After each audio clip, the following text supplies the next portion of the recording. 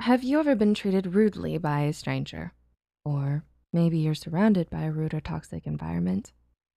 Perhaps you have experienced your family member, significant other, or friends behaving rudely in front of you. This is exactly what happened to Nancy. Meet Nancy. Hello. Nancy is a bright, cheerful college student who is also working a part-time job in her school's convenience store. Her close friends describe her as a glass half full kind of girl, hardworking, extremely courteous, and polite. But her friends worry. They say her extreme politeness can take a toll on her emotional well-being. Rude people can sometimes take advantage of her strength and behave improperly in her presence. Oh no. So how does she respond to these rudely behaving fellas? Let's find out, shall we? One fine afternoon while working her part-time job in the convenience store of her college, a young lady walks up to the counter. She plops a can of energy drink and tuna sandwiches onto it, all the while frantically looking for something in her sling bag. Excuse me, did you forget to bring your card? You can scan using the college app if you've downloaded it inside your phone. Nancy said politely. The woman rolls her eyes. And what makes you think I brought my phone? The customer raises her voice. Nancy is taken aback by her snarky remark. She then remembers what her mother has always taught her, to be empathetic towards people, even if they might seem rude to you. So this is the time she can use her power of empathy. She decides not to take the rudeness personally and just let it go. The woman storms off, leaving the drink and sandwiches on the counter unpaid. Maybe she's having a bad day and is projecting that upset feeling to the world, Nancy thought to herself. She feels quite calm and assured when she does not let the negative behavior affect her emotion. As they say, rudeness begets rudeness and is contagious. So yes, dearest Psych2Goers, one tip when encountering a rude person is to break the cycle of rudeness by choosing to empathize and be kind.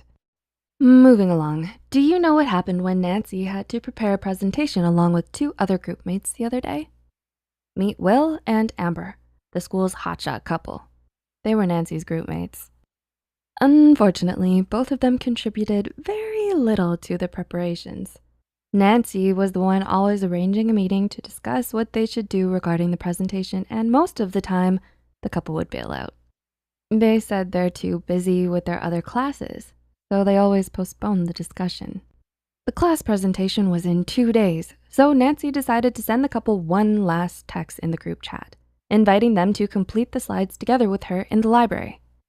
They ignored her invitation, so Nancy proceeded to looking for information and doing the slides all by herself. And that is how she spent the whole weekend.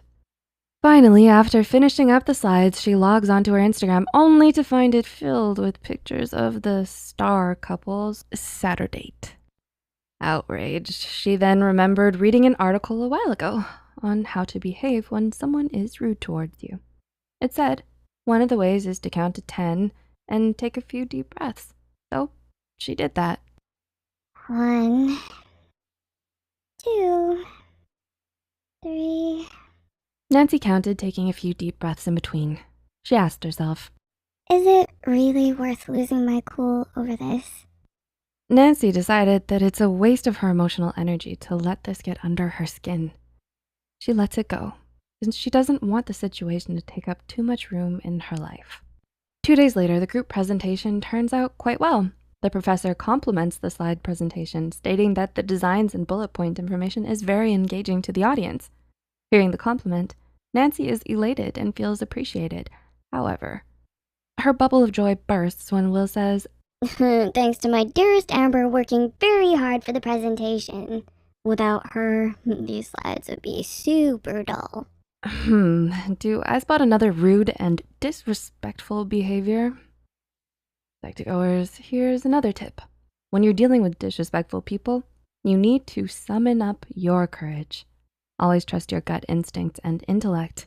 Whether you want the situation to roll off your back and not fight back, or put your foot down and make it clear that you won't tolerate any more rude behavior, you need to know when to be assertive and speak up, and when to just ignore rude behavior. This is unfair. Nancy thought to herself. I spent a whole lot of time finding the information and making the slides all by myself, and now someone else is gonna take the credit for it? They're being rude and disrespectful towards myself and the time that I'd spent making the presentation. So, that's what made Nancy stand up in the lecture hall. Dr. James. She addresses her professor. I am their group mate. I'm the one who spent my whole Saturday making the presentation. Leaving Will and Amber shocked, Nancy continued. I designed everything and even edited the video that was played at the beginning of the presentation. The only thing that they were involved in is to attend the class and present from the notes I made on what to say and highlighted during the presentation. She also wanted to spill the beans about them lying to her and ignoring her when she asked for a discussion regarding the presentation and having fun instead. But she thought that what she'd said was already enough to let people know that it was her doing the gritty work behind the scenes, and she won't let people like Amber or Will take away the appreciation from her. Okay, Nancy, thank you for letting me know. Dr. James then continues. Will, Amber, I'll need to see you after class. Nancy, I'll see you separately, and we'll let you know. Dr. James asked to meet Nancy 2 days later. He asked her some questions and clarified things with her. Dr. James said that this will not affect their carry marks in any way since the presentation is judged collectively as a group. I appreciate you standing up for yourself, Dr. James said. I hope this experience will teach you more about yourself and how to deal with others, and you did a really good job with the presentation. Thank you, Nancy. Nancy feels appreciated. She feels ever so grateful to have a supporting lecturer like Dr. James. She walks back home with a light heart and a skip in her step.